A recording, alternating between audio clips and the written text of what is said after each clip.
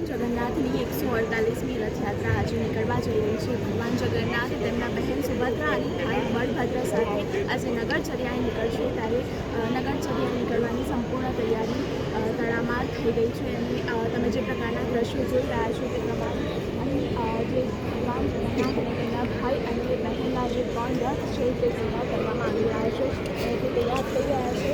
હવે થોડાક જ ક્ષણોમાં અમિત શાહ, ગૃહપ્રધાન અમિત શાહ એ જગન્નાથ મંદિર પધારશે અને અહીં મંગળા આરતી કર્યા બાદ તેઓ મંગળા આરતી કરશે અને ત્યારબાદ મુખ્યમંત્રી ભૂપેન્દ્ર પટેલ જે છે તે પહિંદ વિધિ કરશે અને ત્યારબાદ આ રથને પ્રસ્થાન કરવામાં આવશે।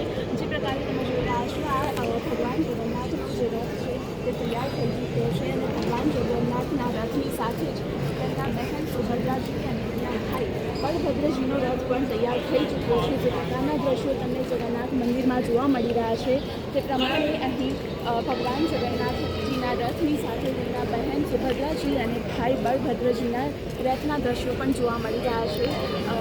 ભાઈ બહેન સાથે તેઓ આજે નગરચર્યાએ નીકળશે। 16 કિલોમીટર લાંબી આ રથયાત્રા આજે અમદાવાદમાં રહેશે।